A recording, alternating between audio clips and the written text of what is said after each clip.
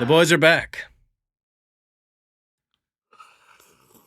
Got the little strawberry peach LaCroix for the taste today. Kick the evening off with an ice cold LaCroix. Sire. Got the old lime. I like it. Wait, what is that? Strawberry peach? That sounds peach. good. I was laughing, so I couldn't. You know what? That's one of my favorite flavor combinations there.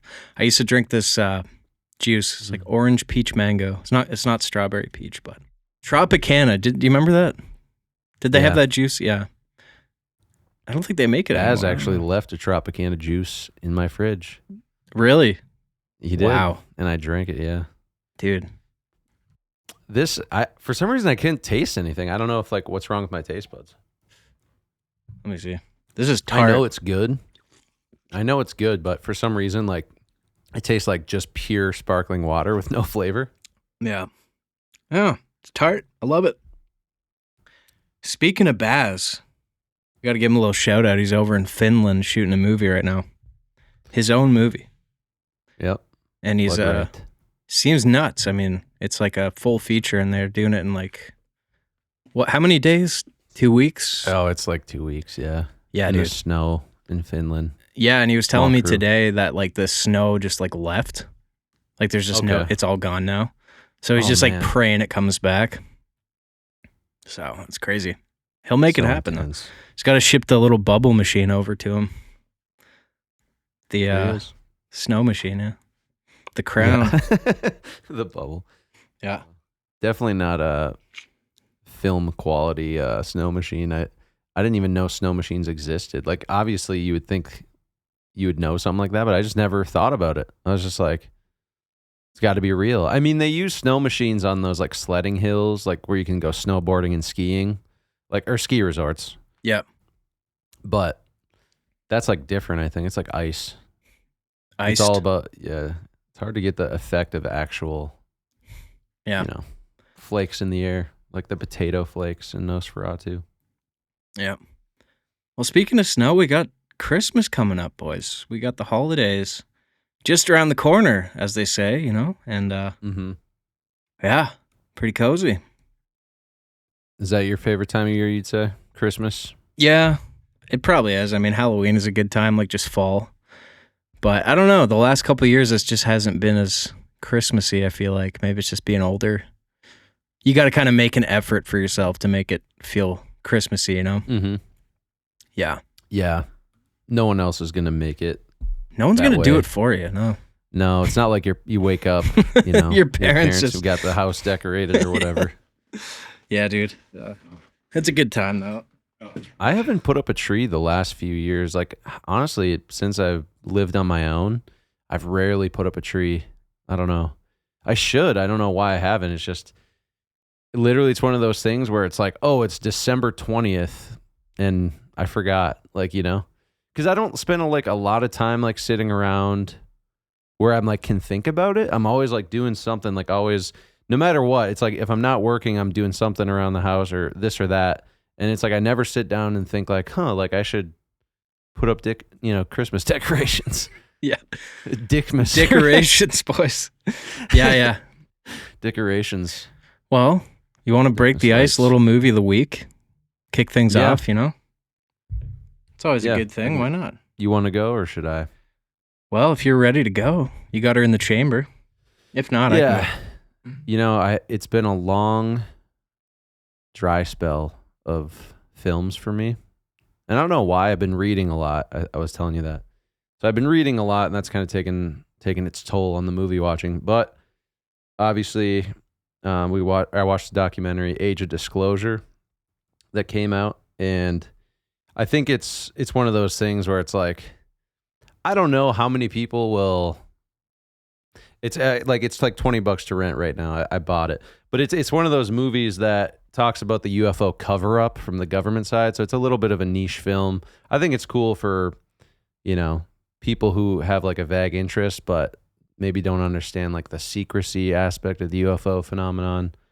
But I don't know. I thought it was well made. It's been being made in secret since 2023.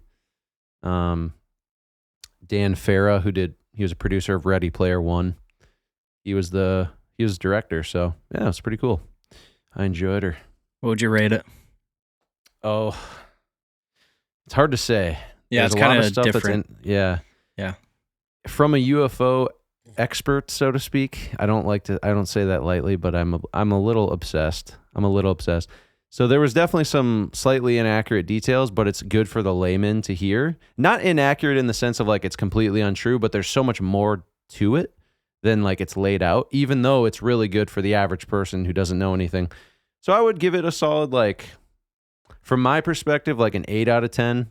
But I think from someone who doesn't know the topic, it's a 10 out of 10, like must see if you have any vague interests in UFOs or have any doubts about the government's cover up. Yeah. So. Yeah.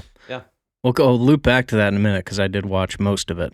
Nice. But real quick, just my movie of the week, Fred Claus. I don't know if you've ever seen that one.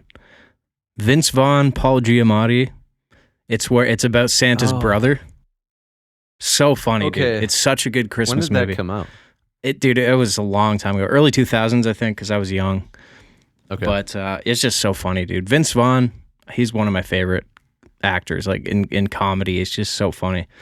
But yeah, I've been binging Christmas movies because I didn't watch any like the past 2-3 years. So I watched like the Home Alones, Elf, National Lampoon's Christmas Vacation. Have you seen that? Yeah, for sure. Great movie. And then Fred Claus. So I feel like as soon as it snows here, I'm gonna start doing it. It just hasn't snowed yet, so it's not I'm not ready. Yeah. Also, I kind of wait till Thanksgiving, but that's just me. Yeah. But I'm gonna check that one out. I'll check it out. Fred Claus, very good. But anyways, I was gonna say Age of Disclosure because I didn't finish it. It's just like super long. I have bad ADHD with movies. It's hard for me to like finish them out, but I enjoyed it. To me, it was like, okay, either all these people are absolutely just lying, and that's always the thing, or it's true, right? And it's like, right.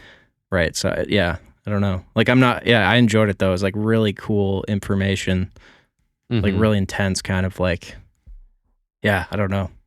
It's a lot of nuts. Yeah, senators too, and even our National Security Advisor, Secretary of State, talking about it.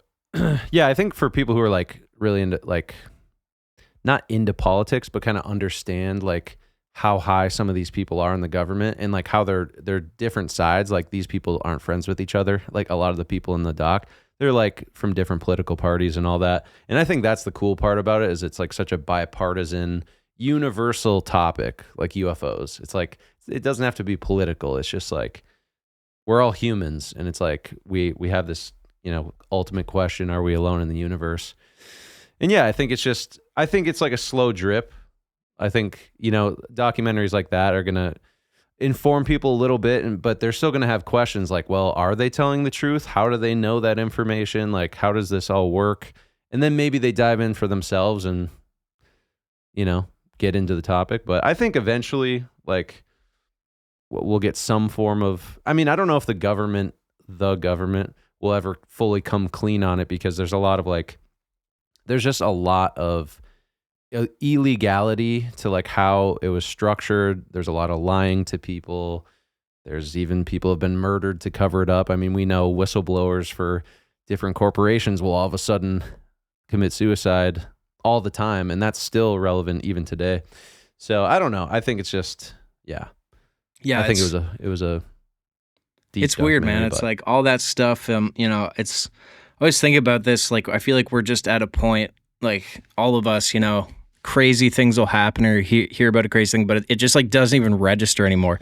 So I feel like even if there's so much, even if the government or the president or something was like, hey, they're real, here's proof. Like I feel like people would be like, oh my God, that's crazy. And like 2 days later, not really give a shit, which is such a weird place for humanity. And even all the stuff with the whistleblowers, not even just with that, but like other companies too. Like it's, it just seems so much more obvious now that there's crazy, shady stuff going on. Oh yeah. But it's like, I don't know. Like, what do you do? Yeah, you get numb to it, but yeah. I still think it's good though. Like I think we need to know, those kind of things. It keeps us humble. It's like, I mean, there's a lot going on in society all at once, like the AI stuff, and like there's we just got out of a pandemic that was like horrible, and everyone suffered from that. And then it's like, yeah, and then you have the rise of AI, there's war, and it's like, okay, now aliens might be real. I think people are just like, oh, like I can't. It's too like, much, dude. It's too much. Yeah. You know? It is. It's a lot. It's like my brain's just like, oh, I can't handle this anymore. You got to tune it out at a point. For sure. But I might as well say this now since we're talking about it. But yeah, so when I was watching the Aurora Borealis, or the Northern Lights, as they're called, last Tuesday, so this has been November 11th now. So that's been a couple of weeks now. But yeah, I posted it on my Instagram story and whatnot, and some people might already know, but I saw just like 3 completely, totally unexplainable things fly through the sky. And in no way, like, was I labeling them in my head, like, oh my God, that was a UFO. Because it's like, there's a million explanations for everything, right? Like, who knows what it is? But the first thing was basically like just a V formation of lights. And it was just like going straight up 90 degrees, heading to the east. I would say it was like 15,000 feet in elevation. It's hard to like know because you've never seen anything like it. So you're like, how high is that? I don't know. It's like, it was really high. I would say like 15,000 feet based on the speed. Because we have planes fly over our house all the time. And I looked up like what height are those planes at? What's their elevation? And how fast are those planes usually going? They're usually going about like 400 miles an hour, 13,000 feet. And this thing was about a 13,000 feet object, but it was going probably 4 times as fast as the airplanes that go over our house. So I would estimate maybe like 1,600 miles an hour. And it was dead silent, made no sound at all. And I was like, whoa, that was weird. But it like, it was like a 3 or 4 second thing. And I was like, oh, okay, that was really cool. But I tried to take a photo, but I couldn't. It just went away. So then I'm sitting there, and it's a beautiful Northern Lights, like the best I've ever seen. Red and green and just saturated colors. Looked absolutely amazing. But yeah, and then this 6 or 7, like 1, 2, 3, 4, 5. So actually it was 5 lights coming in they were perfectly straight line, like 5 lights, straight line. We can throw up a photo too. I'll just send you a photo to throw up of the 3 objects at the very end of me explaining this. But yeah, so it was 5 lights. They just started flying across, and I was like, is that Starlink? Like that, like a line of lights. Like, is that Starlink? But it was flying across the sky so fast, dude. All of a sudden, it like turns into like an S shape, and it like makes all these configurations, and then it ends in a flying V again. And I was like, what the hell was that? I was like, that was like 6 minutes after the last one. And then I was like, it made no sound. So I was like, I don't know. I was like, and I'm with another person witnessing both of this. So there was a co-witness. I was like, I don't know. Like, it could have been anything. Like, I don't know. Maybe it was birds, but like, it made no sense because like it was like 10,000 feet high. It wasn't like, low flying birds and then honking with flapping their wings. These were like balls of light. And then about 10 minutes after this, and this is the thing that just like rocked my world basically, this like flying triangle, just like with 3 lights on it, one light on each corner of the triangle. It's like an equilateral triangle. This is where we can throw up the photo. It just straight up like was flying across the sky, dead silent, made no noise whatsoever. It almost had like a semi-translucent skin to it. Like you could see through it, but you could tell there was like a skin to the object. So fucking bizarre, dude. Like I literally said to myself, that's a fucking UFO. like it wasn't like the other ones. I was like, what are those? Like, and why are they happening all like close? I was like, that's a UFO. Like that is a triangle. It's massive. It was probably about 10,000 feet, estimated about 1,500 miles an hour. And I was just like, what the fuck? Like, how did I see that? And then after that, there was nothing. Like I was out. My dad came over. He's like, I want to see something. He literally comes. He's like, I've never seen a flying saucer before. I was like, Dad, I haven't seen anything in a half hour. I don't think anything's coming back. And he's like, so he still came over and we were like looking up for a while, but we didn't see anything else. But yeah, just, I don't know. It was cool. Don't know what it was, It's crazy. Odd, you know? It's funny because you told me all that and I went out to look. I was like, I want to see something too. But yeah, dude, who knows? I mean, that's the thing. Who fucking knows? You know? And I've never seen anything like that in my entire life. And since I haven't seen anything, you know, I've been obsessed with UFOs too for a while. So like, you know, I could have just said I've seen something in the past that got me interested in it, and that'd be like a good origin story. But honestly, I was just like fascinated by people's testimonies, but it was like you were taking it on faith. You're like, well, like they seem like reasonable people, like, you know, military people, fighter pilots. It's like, I believe them. Like you hear people like explain their story. It's like you can believe them because it's like you can just tell they're telling the truth. I mean, maybe some people can lie really well, but I don't know. So. Yeah, that's the thing, man. It's like it comes with all that stuff, and with paranormal, it's just like, why would people lie? You know, it's like maybe, okay, you get some spotlight in some situations, but people who just stick to their story their whole lives, it's like, okay, at least believe that they saw something, even, you know, who knows what it is, but exactly, you know, so it's wild. It really is. Yeah, it was cool though.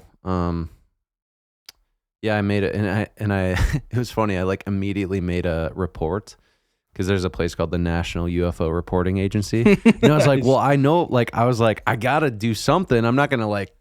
Some people make police reports and stuff. I was like, I'm not gonna do that. That makes no sense. Like, what are the police gonna do? Oh, you saw a massive flying object in the sky. Like, what are they gonna do? Some people do, but I mean, I don't know. I was like, I feel like people should know because it's like, maybe someone else from my area can look up that database. It's called the National UFO Reporting Agency. And yeah, they have a database like all across the world. And I submitted some drawings. Well, it's funny because after I saw it, I like immediately reported it, and it was just full of like grammatical errors. Like I was just like so excited. I was like, oh my God. I just, you know. And then I looked back at it and I was like, that looks so stupid. Like that looks like a 4-year-old like made that report. So I emailed the site. I was like, could I please like revise my report? And yeah, you know, so I revised it, made like a massive, you know, massive thing. And then I submitted some drawings that I did, and me and the co-witness, you know, collaborated on it. And I don't know. It was fun kind of, but I've been out every night since. Because I'm like, dude, I want to see it again. Yeah. Have not seen anything. And I don't know. I feel like the Northern Lights had something to do with it. Like because how do you see zero UFOs, so to speak, unidentified flying objects? How do you see zero your entire life, 31 years? And then, boom, 3 in a row. You know, that, I don't know. And I've never seen the Northern Lights that, like, crazy, that like lit up and saturated and just bright. So it's like that's got to be connected, like the geomagnetic storm in the sky. Like maybe that's screwing up some type of cloaking device potentially these objects had. I mean, I'm just speculating, but it is kind of weird and coincidental, isn't it? Yeah, it is. Who knows? I only got to see a little bit like the waves in the sky. I didn't see like the full whatever you call it. It was just like the weird, like, it's like when you touch one of those like static balls, the electricity is going. Yeah. It's kind of what it looked like. But you've seen them before though, right? You said yeah. When I was really young, I saw them. Barely remember, but yeah, pretty interesting, man. I think like what is a solar flare has to happen? Yeah, it's wild. So, I mean, it's all just nuts. Like. It's crazy. The sun's just shooting out a massive plasma. Well, I wish I had more to say on the topic, you know, but I don't know. Yeah. Never had an experience, so. Not my area of expertise. Have to manifest it, you know. I don't know if that's possible, but. Yeah. I don't know. Some people say they can. It's called like CE5, Close Encounters of the Fifth Kind. Just make a vision board with a bunch of aliens, grays just all over it. Well, you said you've had those nightmares before, though, right? I've had like the vivid gray nightmares where they're like interacting and like watching you, and I've had it a couple times, and I know other people have too, and it feels insanely real. And it's like, why? What was that? I don't even think about that often at all. Yeah, you know, exactly. So yeah, it's I don't know. Very odd. Yeah, it's pretty wild. Yeah. It's funny. I actually used to have dreams about seeing UFOs because I was like into them. You know, I'm like listening to podcasts. So then I would wake up. So I would like see a triangle. Like I've seen what I've seen. Sorry, I've seen what I saw that Tuesday in my dreams before. That exact triangle craft with a light on each corner. In my dreams, I've literally seen that flying across the sky. And I wake up and I'm like, oh, shoot. Like, I was kind of hoping that was real. Because, like, I like UFOs. You know, I'm like a nerd about it. But I never saw it in real life. And then the fact that I actually saw exactly what I dreamed that I saw is insanely weird. It almost seems like, I don't know. Like, I never really thought of that until just now. But I don't know. That's crazy. Maybe it's just a coincidence, but I don't know. And we'll never know. That's the problem. I've had Unless you get abducted by a bunch of grays and it's the same experience. Hopefully that maybe I already have. Who knows? Right? Yeah, you never know. I don't know. I've had a lot of like vivid sky dream. Like it's always, for me, it's like the same. It's more of like a end of the world type of dream where I'll be outside with somebody or something, and then I'll hear this insane loud like sound that's just everywhere, like a hum or a trumpet or something. And then it's just like this like subsonic sound, and they just see these like shadows of like warships in the sky. Always is how it happens. And then it's just like they start firing down like explosions and shit. And yeah. Damn. So I've had that dream like multiple times too. And it's like, I don't know. Maybe that's just like a deep fear I have. I don't know. But yeah, it's strange. Something going on. What do they look like? I can never like fully see. They're just always like absolutely massive. And like I'd usually just see like the outlines in the clouds. It's like they're dark, but I just see the outlines.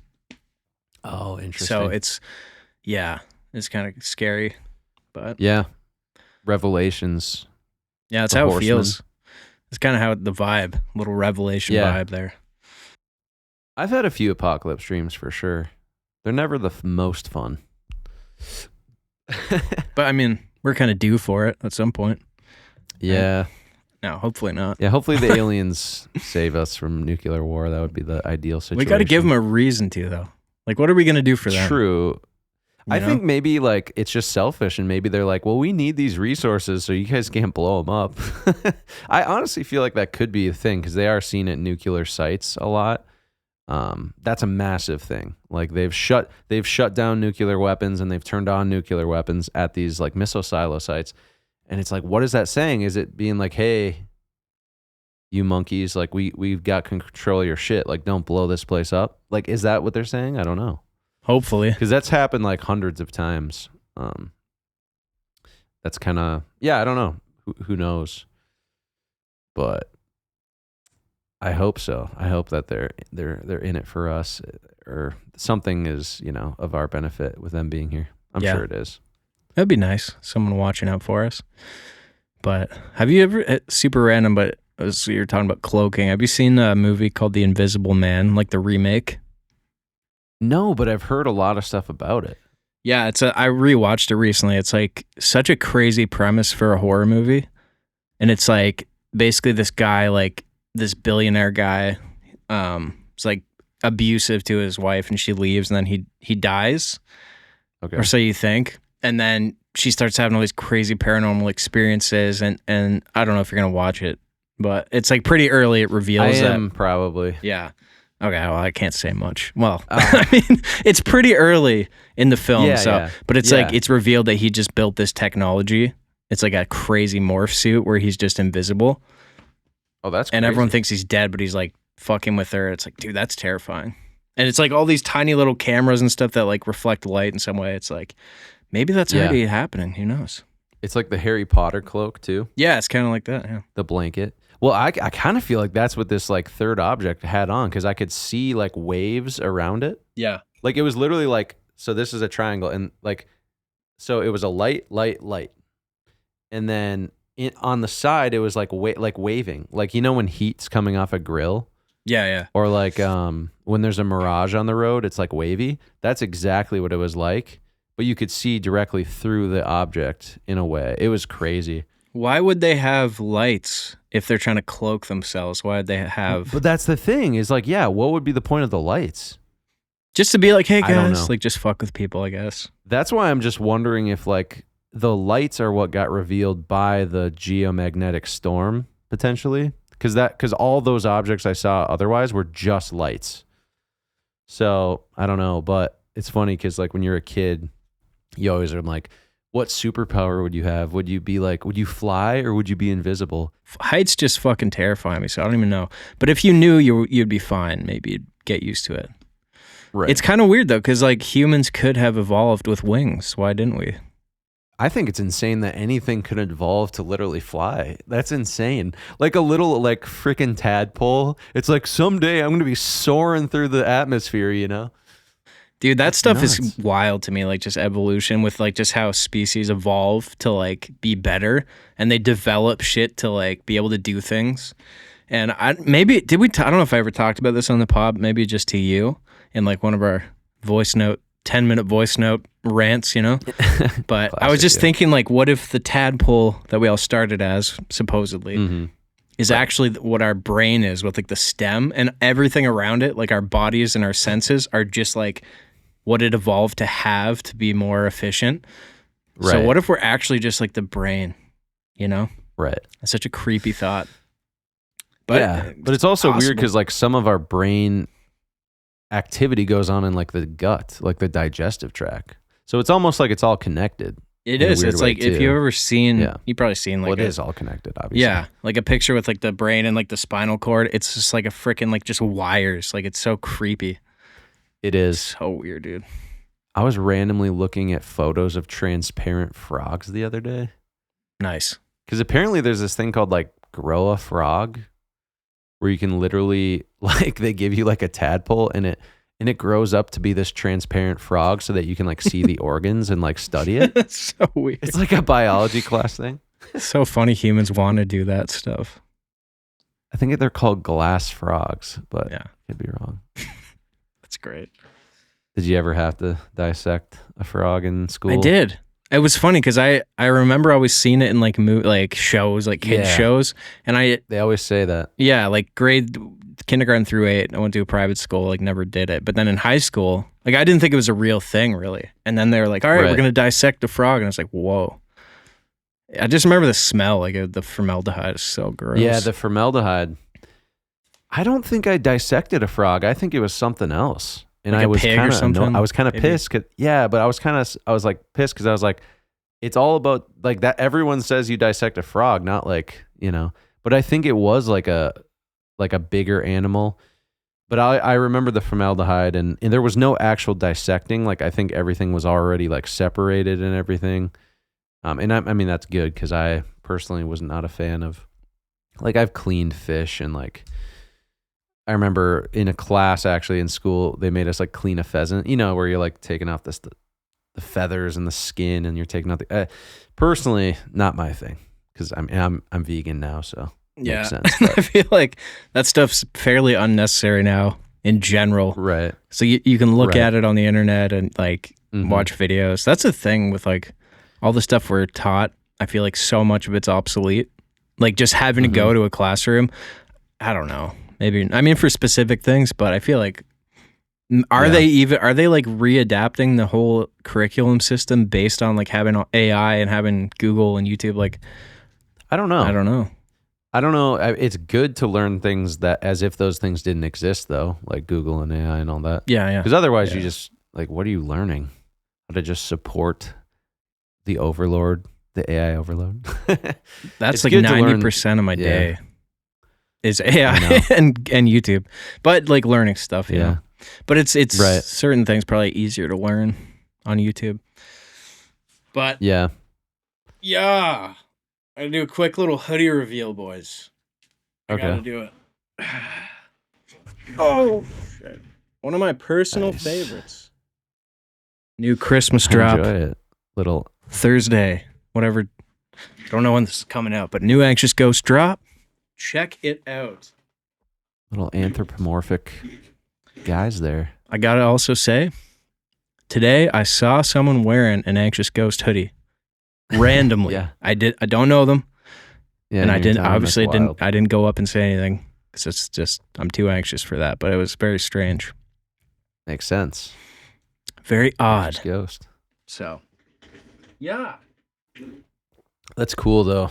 It's like, what are the odds of running into someone in your own town that like is a fan of yours at our level? I mean, you're still like way more well known than me, but it's like, I still run into people all the time. It makes no sense.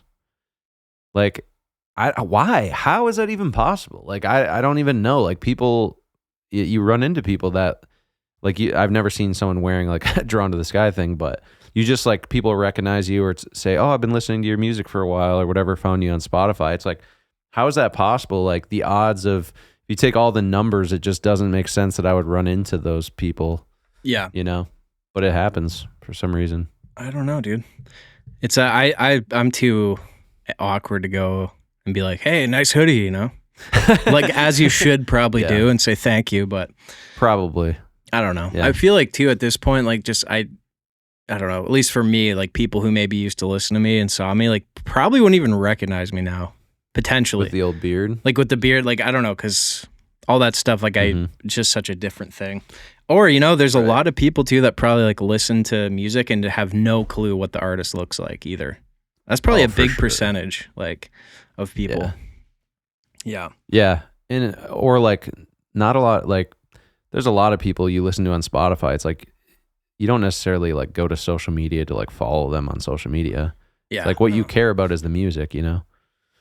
But you know sometimes you go to social media, but yeah. One day it's going to be, I love Farlight. Can I get a picture? LOL. Yeah. Do Christian for me. Dude, right. It's actually wild. Because I've been like, we finished filming like almost 2 months ago now, which is kind of fucking nuts. Yeah, how's like the 6 edit? weeks.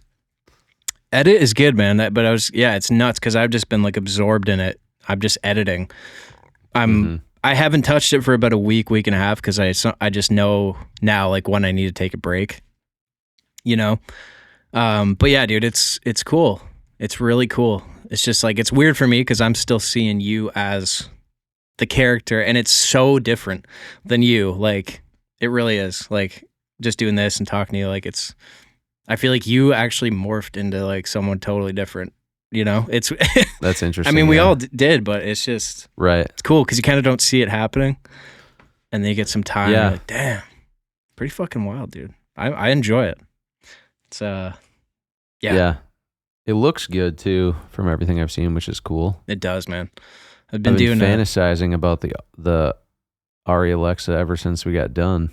I'm not with her anymore. The rubber buttons. Is it Ari or is it Ari? Let's just get this over with. Is it? I believe it's Ari because I've seen like the European guys that own it or work there talking about it on their channels. They say Ari. Ari. They don't say that, but I think it's Ari. I hear Ari every time someone says Ari, and I'm like, I don't know. Ari Alexa. But yeah. Ari Alexa. Whatever it is, it's a damn beauty, is what it is. It's a great little light capturing machine. You know what's wild? Yeah, like since we shot too, and I love this every time like we shoot something because like doing all the post, I go through like okay, this is a problem that we need to fix. Like I feel like I'm the one a lot of times that sees that stuff. And this time I'm really aware like, okay, we do need to just like get as much light in as possible because you can shape so much in post. And like I feel like I never trust that, but this time I'm like, okay, we can totally do that. Like just let it, even if the shot isn't super shaped and stuff, like you can do so much and it's so much harder to bring dark images up. Oh yeah. Than it is to. I think Josh just bought a massive. I think Aperture came out with a new line of lights called. Man, I don't know what it is, but the lux factor or the lumens is like really, really high, and they're RGB, and they're like matching their non-RGB lights for like lux. I think. Can't remember the name of them. I think Josh just bought one. It's equivalent to the 600D. Equivalent to the 600D. So nice, dude. Yeah, Josh. We need more light. He is always saying that on set. Yeah. But I feel like I have had to like go through that. Like, okay, we can do that. Because I'm always concerned, like, it doesn't look perfect in the monitor like how I want it to. But you can't, you can't trust that thing as much. Oh, that's true with the level. Yeah, I got to look at the histogram and all that stuff, the exposure. But I mean, yeah, I think the Ari in general, or the Alexa, I guess Alexa's the proper term really, because that's the digital camera itself. But it's so far, I mean, everything I've seen that you've sent looks great. Even the stuff that was underexposed, it's still fine. No, it looks good. Not, it's like you got to get rid of the noise in that case, but yeah, dude. Better than the Black Magic. Let me tell you, the Black Magic, that thing it's not terrible though. When you go, it's actually a really cool, good camera. It but is. when you spend time with somebody, it's like,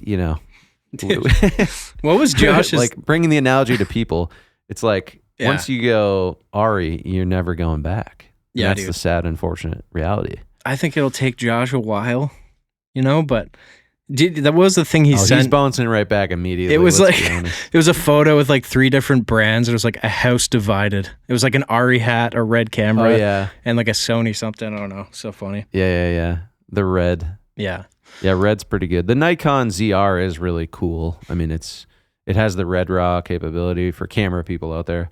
But yeah, I don't know, just can't match the Alexa for sure. I would keep looking at prices. I haven't seen any Alexa Classics coming down the pipeline, I should say. The pipeline. Yeah, it's SXTs. There's SXTs out there for like $12,000, but that's yeah. I don't know. I feel like my perspective's changing a lot. Like I don't know. Like I said to you, like I don't know if I would even bother shooting RAW in the future. Like, cause I don't feel like you need it, and like it just makes it so much harder to run. Because I never think of like, I wish I could correct the ISO or white balance in this. And I think that just comes with learning different grading techniques. And also, if your image is exposed properly, you don't have to worry about that.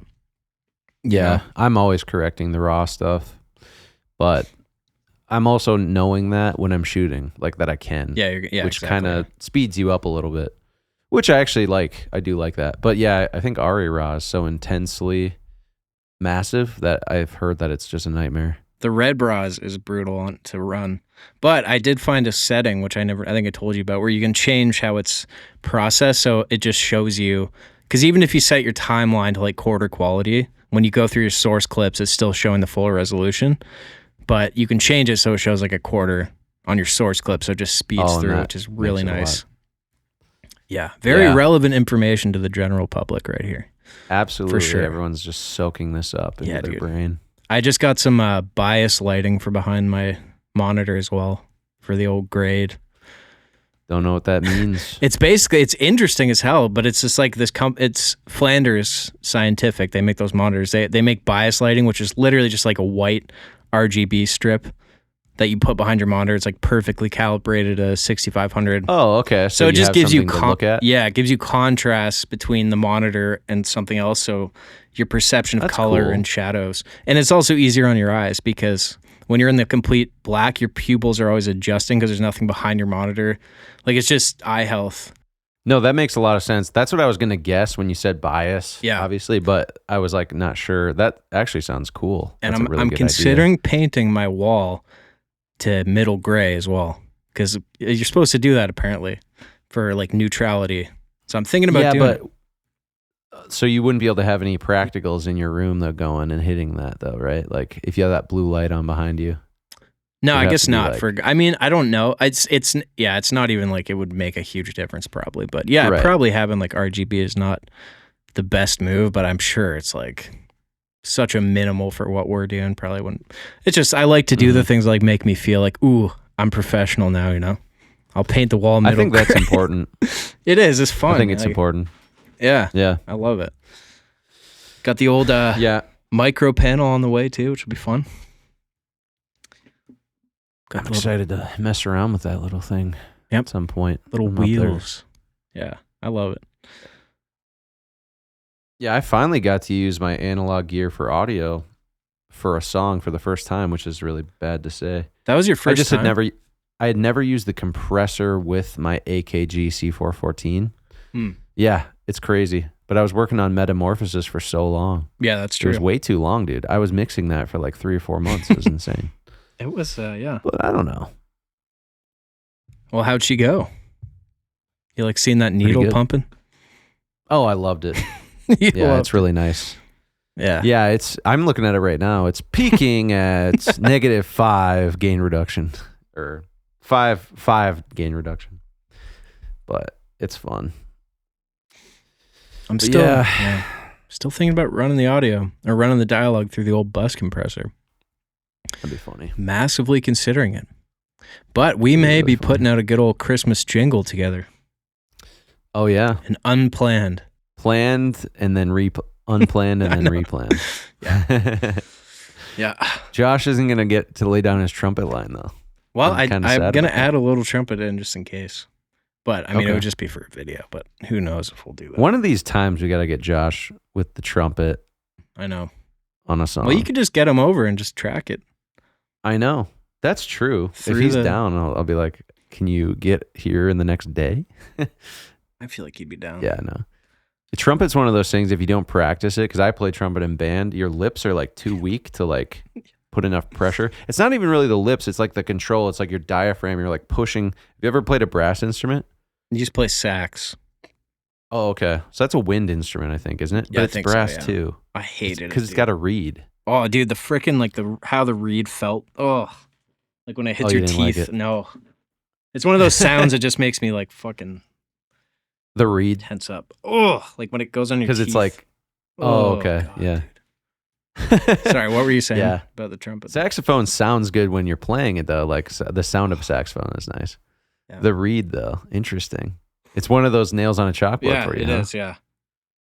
Yeah. Oh, I hate talking about that kind of stuff because but what were we saying is like a big one for that? For me, like, it's like a not to bring it up for everyone listening to this to start feeling scratching a seatbelt or scratching jeans for me. That's interesting. I don't find scratching jeans. Find scratching jeans. Oh, I hate it. Oh, the cotton ball that comes out of the supplement. Yeah. Container. Between the teeth. That on your nails is weird. Oh. Greasy. Why does that happen? Have you ever gotten aluminum? Have you ever bitten into it like a gum wrapper, like the aluminum in your teeth? I actually don't think I have, but I've heard it's pretty bad.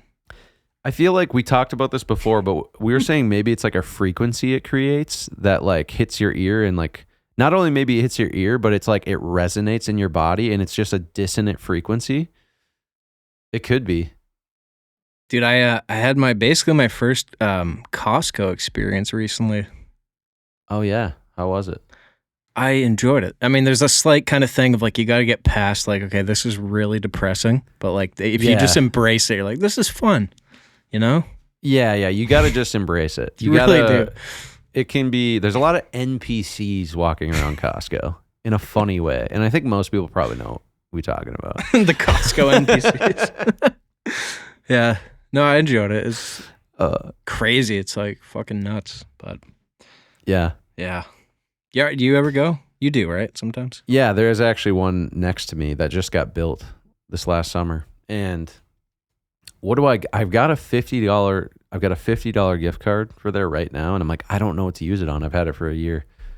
Cuz it's like I feel like gift cards you could buy food with them, but you want to get something else. I know, 100%. It's a gift card. You got to get something fun.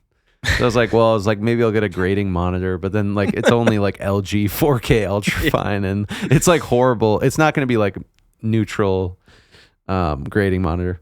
But it's just funny. But I don't know what to get there. I do get like berries there sometimes because they give you a massive amount of like organic blueberries or organic raspberries. Yeah. We get our espresso there, organic espresso, because I mean you got into espresso. Yeah. For a little while. But yeah, we get our organic espresso beans. I'm trying to think of anything else. I don't know. Because like when you can't really buy produce in bulk because it goes bad. So it's like, what do you really buy? I guess like sparkling water. You could get that. The smoothie is amazing. Yeah, you try any food. I had the slice of the pizza. And it was good. It wasn't like mind blowing, but it was good. Yeah, I wouldn't expect it to be mine. I just always like watch videos of people eating it. Like, this looks insane, but yeah, it was. Did you try the cookie? No, I didn't. Okay. I did The not. double chocolate chunk. It looked good though. It's probably all right. Yeah. Yeah. You know, it's a weird thing. Not to interrupt.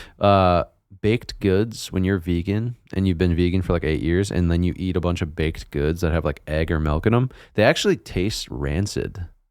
Interesting. And it's a weird thing, and I don't mean that in like some derogatory way, like, oh, like it's disgusting, but it's because you're not used to the flavor of like sulfuric like foods. Like eggs have like a lot of sulfur in them and stuff, and they taste like rotten. It's really weird.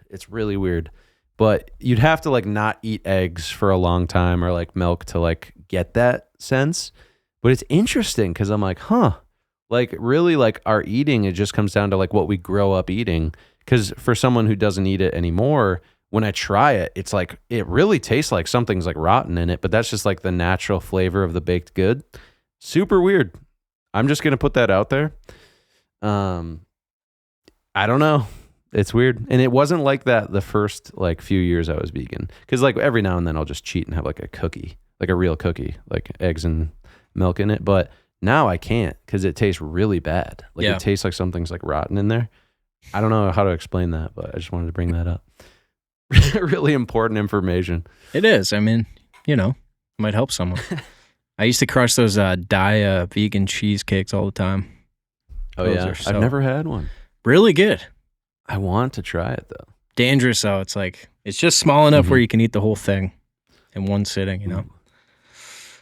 Very good. I think I watched a video of like a bunch of tribes people eating cheesecake for the first time. Oh, I saw that.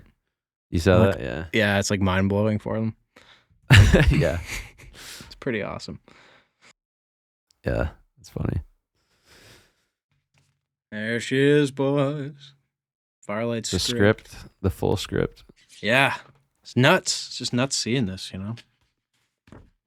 Mm-hmm. We should reshoot it, I think. Yeah, we could go Black Magic original pocket. That's what I'm thinking. 2013. It's 1080p, but it looks good. Yeah. So wild. I actually do want a pocket. Yeah, they're sick, the original ones. Yeah. Resolution is overrated. I kind of agree. It's like it's a small part of the equation, I feel like, if the image is amazing. I mean, the R is 2K. It's not 4K. But it's got so much depth, you know? And those older sensors, yeah, I mean, that's a whole rabbit hole, but I feel like just coming right off of film, there's probably a different mindset when building the older digital sensors, you know? I think people are starting to understand maybe a lot of people like specs, but we're going down the rabbit hole where no one cares what we're talking about. But it is, yeah, if anyone else feels the same, I don't know. I just feel like, yeah, resolution is not all that it's cracked up to be for filmmaking. And I was watching and this is relevant for people, but I was watching this video last night. I've seen videos like this before, but they're like, why do movies just not look good anymore? And it's not like every movie, but it's like most movies don't just give you that indescribable feeling. And it's not just like, oh, film versus digital, because you look at movies like The Revenant and it's so immersive. It's amazing. It feels like it's shot on film. I would say the same for The Witch. There's a lot of movies shot on digital that look amazing and they transport you somewhere else. But he was actually talking a lot about like focus and like deep focus versus shallow focus. And there's like a time and the place where shallow focus is like really cool, super cinematic. But they talk about like how, and this is just one of the elements, but they talk about how it's almost like overused now, where you look at like a Zack Snyder film and all of your subjects are in focus and then your background is some CG completely out of focus background. And you don't feel like you're there with them because you're like, it feels like I'm on a set because I'm completely separate from what's going on in this world. And when you have a little bit more deep focus, you actually feel like you're a part of this like environment, you know, because for us, it's like you look at the human eye, things don't really go out of focus to such an extreme degree, especially on like a wider shot. A wider shot from your eye. Yeah. Yeah. But I don't know. It's just an interesting conversation, and there's more to it. Because I think a lot of people agree. Like they'll watch a new Netflix movie, and people are like, I don't know. Like movies look kind of bad now. Like it's just not the same as like Lord of the Rings. Like that was unreal. And then you look at The Hobbit, and you're like, ooh, it's not quite the same. Yeah, it's not. Like it's cool, but it's not as immersive. And there's a lot of factors, but I think the focus thing was interesting. I was like, yeah, that. Old movies are just a lot of deep focus. Like Steven Spielberg, everything's in focus. Big budgets, though. Definitely big budgets. And I've become like more of a fan of like a couple things I never really was before, but like medium shots, like where you see more instead of like the tight, super shallow focus, and longer takes, like of just like, I want to see this shot for like 30 seconds, But it's like, I would actually do the deeper focus, but it's just the problem is when you close the lens, you need so much more light. So we just need bigger lights, because I would love to be able to shoot at like 5.6 or something instead of like 2.4 or whatever we shoot at usually. The budget for some thing. shots. Yeah, it really is just like lights. You just need so much. Yeah, that was the one thing I don't think the person who was making the video really understood either. Because they were talking about all these things, and I was like, everything you're describing is related to the budget of a film. Because like if you had more money, stronger, I mean, most people don't care. No Hollywood production's worrying about light strength, but set design, like how real is your set that you built? Like how much money did you have to make it look realistic, and how many real extras are in the background? But they made a cool case for Avatar, because Avatar is fully CGI, but it's so immersive and it's so incredible. And if you look, everything's in focus like all the time. So there's so many things you don't see that are going around in the background, but it makes it feel like a real environment. But I totally agree. It's like if you don't have strong enough lights, you actually can't get to the stop that you need to. It's funny to be like, we don't have the budget for 5.6, boys. I'm sorry. We got to go 2.8 on this. We got to open the aperture more because we have less of a budget. Yeah. Oh, that's funny. We don't have the budget for ISO 100. Like, we got to crank her up. Yeah, man. That's really funny. Well, Josh is going to help us out, so he's got some more. Got another. No, that's great. That's awesome. He's picking up some lights. I'm all about it for the next thing. But we've been going back and forth a lot, too, about film emulation lately, because there's been a lot of companies that have come out with film emulation. There's Ari just came out with their own, and then Genesis is kind of what I decided to go with for the film, and that's kind of been like Filmbox. And then Cineprint, we haven't really talked about that too much. I don't think we've really discussed this matter too much. Here and there. They literally be like 3 a.m. It's like, yeah, so I was like thinking about Genesis and like looking at like the skin tones. So funny, dude. But that's the stuff like I fucking love. I really do. How many hours do you think we've spent talking about film emulation in the past 3 months? So many hours. On the phone. Probably like 16. Like, I don't know. It's insane. You got to work it out, though, in your brain. And I think we decided, like, they're all really good in their own way, because it was originally like, which one's the best? But yeah, well, it all comes down to that immersion, and films just look so organic and natural. And I think the Alexa, the classic we shot with Old Dog, is probably the most organic looking digital camera out there. She's the perfect candidate.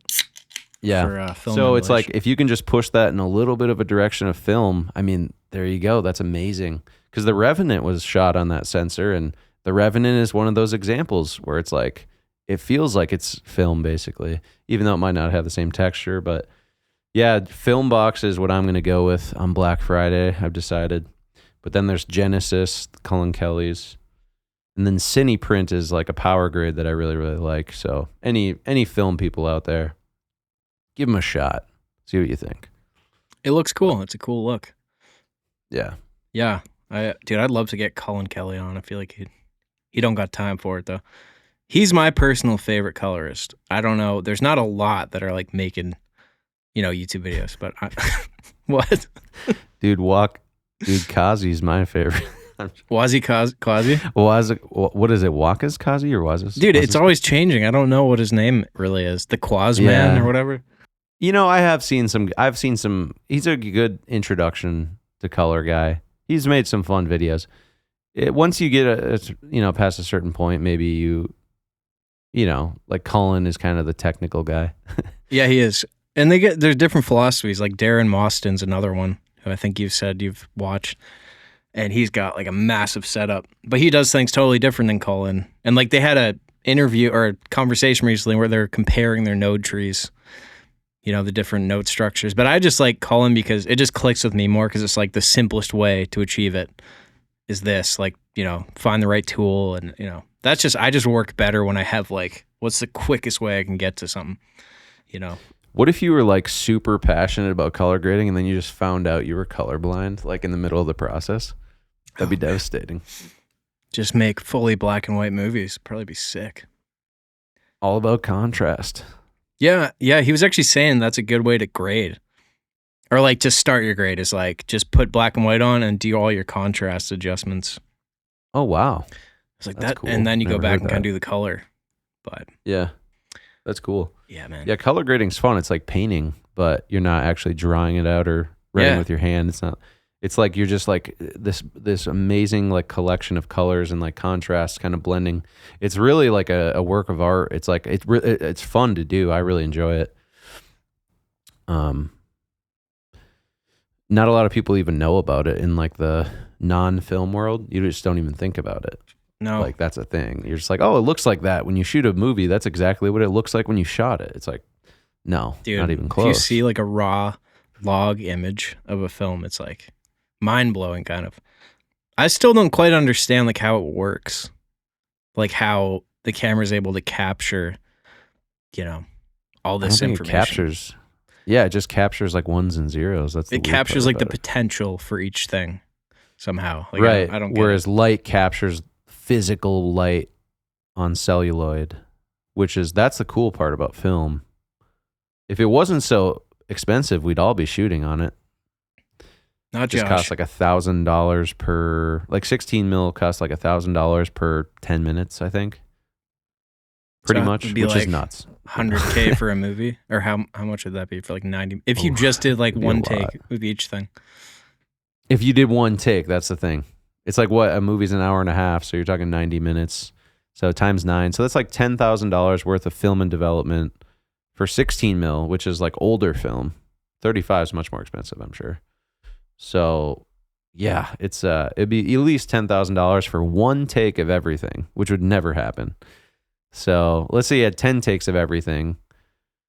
That compounds, right? So it's not just like times 10 runtime, right? It's like, I don't know how the math would work, but it's a lot. Yeah, that's got to be crazy with the audio too. You hear like the IMAX cameras, like how loud those are. I'm sure like film cameras aren't as loud, but I don't know how people do that. Yeah, like the higher end ones are quieter, and that's why like the budget 16 mil cameras, you can, like a Bolex or a Krasnogorsk 3 from the USSR, those are so loud you can only shoot music videos with them because you just hear it. I wonder, like, so a typical roll of film, like Hollywood, like how much time do you think? Like the physical length of it, I always wonder how big they are, how much time you get. That's got to be nuts, dude, to manage all that and like. Mm-hmm. There's different lengths for sure, like the 16 mil. When I was looking it up, I think it was like $80 or $100 for about like 2 minutes, maybe 2 or 3 minutes, which is like 100 feet long. I could be getting this completely wrong. I think it's between like 60 to 100 feet range. Maybe it's 100 feet, and that's like $80, and then you get like 2 to 3 minutes range out of that. So you could kind of shoot a music video with a couple of those. You think? Yeah, just a couple of them. Yeah, I think you could shoot a video in like $600 worth of film and development, but that's just a lot, like just for the shooting, because like I spend a lot on props and stuff. Even the low budget videos, you always have to spend a little something. So I just decided like I can't justify spending $600 a music video when most people don't watch music videos. So, and is there like white balance and stuff on film cameras, or is it just like this is how it looked? I think you get like a log scan. Yeah. Interesting. I don't really know how. Oh, you get a negative scan, right? And then you flip it digitally. And then you bring the contrast and color out of the log image. The log image is what it looks like when you flip the negative. It's just nuts that people figured out how to do all this stuff. Right. Such a crazy thing, dude. Because I think like the printer lights, that's like grading. Because what I just described is like grading in the digital world film. But I think like you would have to do the grading and the look physically before. So that's how you would like, yeah, like how would you like print that onto, because how do you like transfer it from the stock to the print? Is that like a machine, right? It like runs through the machine? I don't know. There's like color timing and stuff. Like, I don't know. It'd be cool to get someone on that does it, but Yeah. probably pretty printer rare. Points. Yeah. Printer lights. I don't know how that all worked. I don't know. I think there were like machines that like processed it all. Right? Yeah.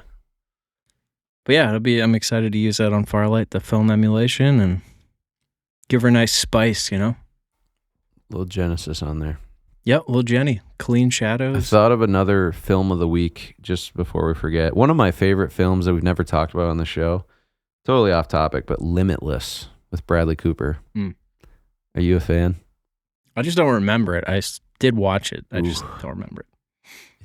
It's 8 out of 10. It's a good movie. It's so iconic. It's like, and it was shot on film, but it's actually hard to notice. It's not like one of those like amazing. It doesn't necessarily look like incredible, but and you know what it is? There's a grade switch halfway between them, like a quarter way through the movie. Massive grade switch. And they use it as part of the story. So this kind of ties into what we were talking about with color grading, because it's more of like a muted tones the entire time. And then all of a sudden he takes this pill, which unlocks 100% of your brain, quote unquote, right? They do the whole like, you know, science says you can only use 10% of your brain. Like we used to think that was like a thing back in the day. So in the movie they use that, and then they're like, this helps you unlock all of it. And then he takes the pill, and then all the saturation comes in and all the colors. It's kind of like The Giver. The book The Giver was made into a movie, and it went from black and white to color. I always kind of like using grading as like a storytelling tool is really cool. Yeah. There's so much you can do with it, but there is. I don't have like a whole lot else to talk about because I've just been doing great like editing and stuff the last however long. Like, not much else really going on. I hit the ice bath for the first time, I guess. Nice. Say that under like 39-degree water was the first time I went, and then it was like I think 36 degrees second time. So I did 3 rounds, like 10 minutes in the sauna and then 1 minute in the ice bath. Man, it was really intense, but I thought it was going to be worse. So I don't know. I mean, I felt incredible. A lot of people rave about them. Massive dopamine increase for like a number of hours afterwards. But yeah, so I'm thinking about Black Friday. I'll be pulling a little trig on one of those suckers. An ice bath? Little ice bath. Put it out on the deck in the winter. It'll just get cold naturally. I think cleaning them would be like hell, though. I don't know how you do that. Drain it every time. I might just get one that's like tiny. I can put in my laundry room, and then it has a chiller that just makes it like 38 degrees, you know, the whole time, just inside. And then it's just like, it would be a small one though, so I can fit it in the house. Like I have too much shit in the house. But like you just step in it, and then you like curl up into a little ball and just like crunch down in there. Just do a little soak. Sounds nice. Not at all, but I'm sure it would be good, beneficial. Yeah. Like nice after. Well, I do the cold showers every morning, and that's like a super exhilarating, and yeah, you just get so much energy and you feel so incredible afterwards. So just got to suffer a little bit first, you know? Yeah. But you've been hitting that rower, right? I've been smacking the rower, dude. I just like, I had slapping it. Yeah, I don't know. I had this point where I realized like I do zero cardio. I haven't done cardio for years. And I'm like, I feel like I need to find something. So I just bought a rowing machine. It's been fucking amazing. Yeah, how do you like cardio now that you've been doing it? I love it, dude. Like it's just like I always liked the rowing machine at the gyms. Like a treadmill or something, like it's just so much harder. Like certain types of cardio are hard for me to like want to do. But something about the rower, I can just sit there and it just like it works out like 90% of your muscles. Easy to hit like 20 minutes and just feel great. And I've already noticed that my posture is a little bit better too after a couple weeks because it just, yeah. Because you have to have good posture when you're using the rower, right? I think yeah, there's like I've been trying to like figure out the form. There's like a certain steps, but I think it just kind of pulls everything forward. So you start just having a little better posture. So it's been good for me. I mean, it makes a difference, and I just feel like I need it for my health. Because even just like lifting weights and stuff with no cardio, that's fine, but I never break a sweat if I'm lifting weights, and so it's been good. I need to start the cardio again. Whenever it gets cold, it's hard because then you can't go for because I have beautiful trails all the way around. So in the summer, it's so easy to just go for a run and enjoy the outside. But yeah, I have a walking pad, but it's something. Those things are wild. Have you ever used like a cheap walking pad? No. So when you step on it, you're usually too heavy to just like naturally like slide back. So it stops. It goes, and there's like a little it's not like a perfect like treadmill. It actually like you stop the conveyor belt as you step on it. And maybe if you're like 90 pounds, you wouldn't. But I mean, yeah, the cheap ones that you can buy for like $200, yeah, it's wild. So, but yeah, I've been hitting the gym really regularly, but I just I'm like, when do I fit in my cardio now that I can't run outside? I think that's snag a rower, man. It seems like besides a treadmill, it's like the easiest, lowest resistance thing to do. And that was part of like fun. It is fun, yeah. And it's like kind of meditative too. Just like whoosh. You start imagining you're like on a ship, Yeah. But part of that was like, okay, winter coming up, I need to have something that I'm like doing to counteract this like sitting inside all the time. And so because I'm 6'2", I got like a lot of letters in the mail for like rowing teams for colleges. And they always do that to tall kids. They just find out, okay, who's like above 6 feet, 1 inch or whatever the parameters are. And they're like, all right, send every kid who's above this height in America a letter to join our rowing team because it's all about like height. I find that funny. That might be your new path. Yeah, no. I enjoy kayaking occasionally, but I'm one of those guys who like when someone's like, you want to have a lake day? I'm like, sure, let's do a lake day. And to me, that's like, let's spend 1 hour out on the lake. They're like, no, it's going to be 6 hours under the beating sun on the boat. And I'm like, you're massively overshooting my number, massively. It's like, I can enjoy it for just a select period of time. I really like it for an hour. I really like it. After that, get me the hell out of there, 100%. I agree. That's the part for me. It's like the sun. It's like, why do you want to cook? Like 5-6 hours, you're just going to feel like shit tomorrow. It's like our skin can only take like 20 minutes and we're cooked, literally cooked. Dude, I had one summer maybe 3 years ago where I tanned all the time. I got into it and I got like so tan and I really liked how I looked, but I was like, it's just not worth it. It's not worth like how much it hurts. Yeah. And it just goes away. It's like taking the creatine still too. Creatine every day, and I also take Redmond's Relight every day. And I think more than anything, that's helped me. Like electrolytes every day. Electrolytes made a huge difference. So, yeah, I know creatine has like a lot of like brain benefits too, not just like muscle and growth and all that. Yeah, I don't know what it's doing, but I'm just taking it, so it seems like it's helping. Just all of it combined, Yeah, you got to do everything you can in the winter to fight off the depression, Oh, yeah. It'll just hit you. She will. Seasonal affective disorder, whatever you call it. Gotta get the red light space helmet. Yeah, I got the space helmet because I got that, what do they call it? Androgenic alopecia or whatever. A little bit of hair thinning. Is that what Can't it's see for? because I have bangs, but is that what? Yeah, it helps regrow hair. Oh, okay. Because my hairline's a little thin, starting to get thin now. 31 years old, It's genetic, though. Not everyone experiences it. Yeah. I'm lucky. There's a lot of people in their 20s who've already lost most of their hair, so. I know. It's wild. I'm going to stab it off or stave it off, if that's a word. Just as long as you possibly can, yeah. Yeah. And then once I can't, just go with the old Turkish hair transplant. Would you actually do that, you think? Turkish Maybe. hair transplant. It depends if I look good bald. If I don't look good bald, we got to go with the Turkish hair transplant. That's a scary thought, dude. But I feel like if you had to go bald, it'd motivate you to just get jacked. Just shredded. Oh, yeah. If you're bald and not jacked, get jacked. That sounds rough, yeah. Jeff Bezos. Yeah. You know? Yeah. He got jacked. Large man. He did.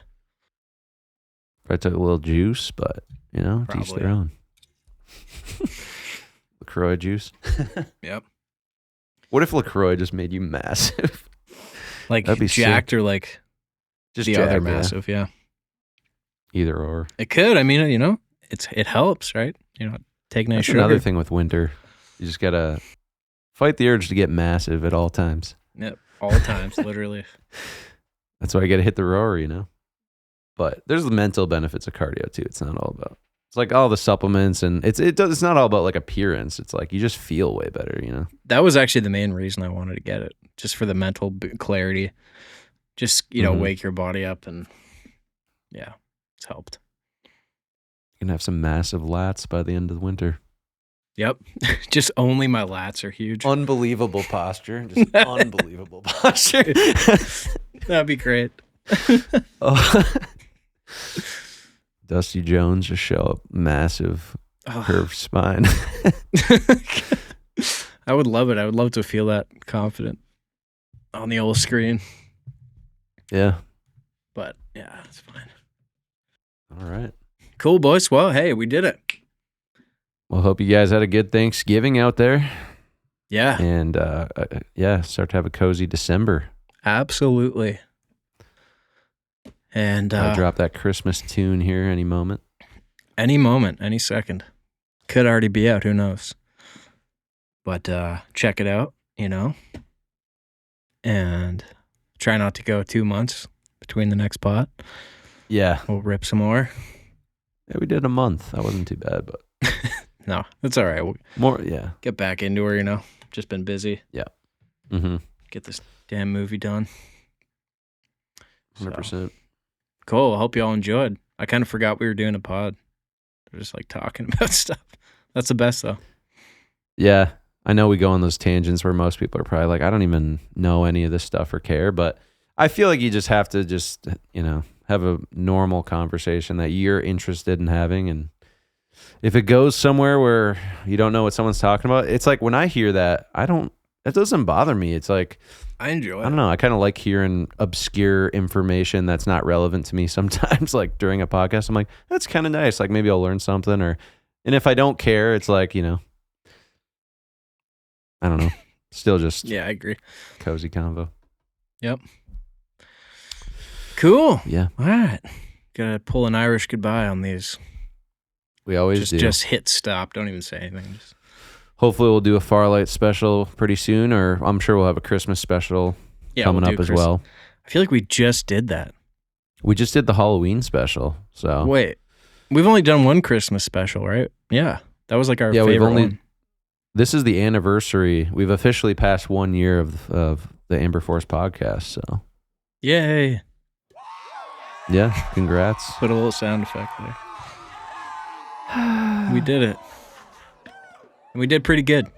We made most of the year without missing like a day of like shorts or anything. Like 265 videos we put out. It's just not sustainable though with what we're doing. We're way too busy to be doing a weekly podcast, but we did it being that busy. For quite a while. And we're going to try to do it stressful as much as we many can. times. There was a lot of stress that came with it, but it was fun. I mean, we learned a lot and grew a lot. Yep. And hopefully we finally got her dialed in as far as lighting and color. Well, now we got to figure out, are we putting Genesis on the grade or what? Dude, I'm not going to lie. I don't know if that'll work. Before the podcast, I tried it on my camera, on my log. And it just didn't look different enough. And I think this doesn't have true like Sony log stuff. So I was like, right, not worth it. Probably not worth it. I'm gonna be sending that Phantom LUT. It looks good. I mean, it looks good for the pod. No more film box until Black Friday. Hopefully they do a sale either. So, I'm hoping for the sales. I feel like they got to announce it soon. Like, comment below what you're looking to get this Black Friday or already got. Absolutely. Not that it's really about that, but as film people or music people, there's things you want all year round that actually go on sale. It's not like, oh, I'm just going to buy a massive TV. But if you need a massive TV, you should just wait till Black Friday. Totally, let's dude. be honest. I've been eyeing up the 85 inches lately. 65 just isn't cutting it anymore, dude. No. Dude, it's funny how we, like, back in the day, a 50-inch was just massive screen. And now funny. It's like, you have a 50 and you're like, it's not doing it for me. Pretty soon, like, everyone's houses, their entire wall will just be a TV. Like, that'll be like, oh, that's your TV wall. Like, it takes up the entire thing. Totally. Comes out of the floor, just, Yep. Nah, that's, I won't be doing that anytime soon. Well, the hard thing with not to like go on because we already were supposed to stop, but the hard thing with the massive TV, the thing with the massive TV is it's hard to get like the actual design. It looks bad generally in a house, unfortunately. Like the design is totally thrown off because like when I was decorating this house, it was looking amazing. Like we got it to an amazing spot. And then literally like I put the TV in, it's like a 65-inch, immediately look like just corny. I know. I was like, that's the problem. Just ruin the entire vibe. But if you can position it in a way, like it depends. Like if you compensate for it, you can make it work. But it always looks better to not see the TV. And if you can hide it, there you go. But hide an 85 inches. I don't think you're hiding that. The painting, you know those ones that turn into like, they're like a painting and then they like turn into a TV? Yeah. Those are sick, yeah. Unnecessary, though. I can't even laugh. I have to pee so bad. It like hurts to laugh. Dude, I've got a piss. We're just doing it to ourselves. All right. Thank you all for listening. Right. Thank you for tuning in. We'll catch you in the next one. Peace. Keep her grease. Grease. Right. Oh, God, I got to go. I don't even know where my record button is. It's gone.